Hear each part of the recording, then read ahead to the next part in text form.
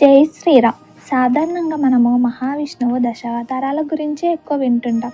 కానీ చాలామందికి తెలియని ఒక సత్యం ఏమిటంటే మహావిష్ణువి దశావతారాలు మాత్రమే కాదు, ఆయనవి మొత్తం 24 అవతారాలు ఉన్నాయి. ఈ 24 అవతారాలు కేవలం రాక్షస సంహారం కోసమే కాకుండా ధర్మ సంస్థాపన, జ్ఞానం, భక్తి, జీవన మార్గం చూపించడానికి అవతరించాయి.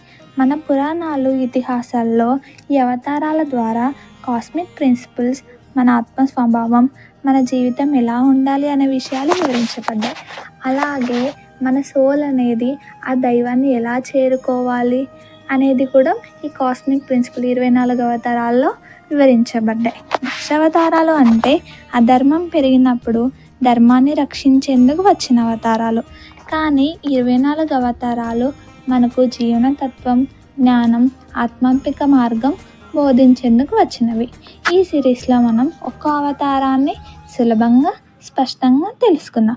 మీరు కూడా నాతో పాటు 24 అవతారాల గురించి తెలుసుకోవాలి అనుకుంటే మన ఛానల్ని సబ్స్క్రైబ్ చేసుకోండి. అలాగే మీ అభిప్రాయాన్ని కామెంట్ చేయండి. లైక్ చేయడం మాత్రం మర్చిపోకండి. ధర్మో రక్షితి రక్షిత.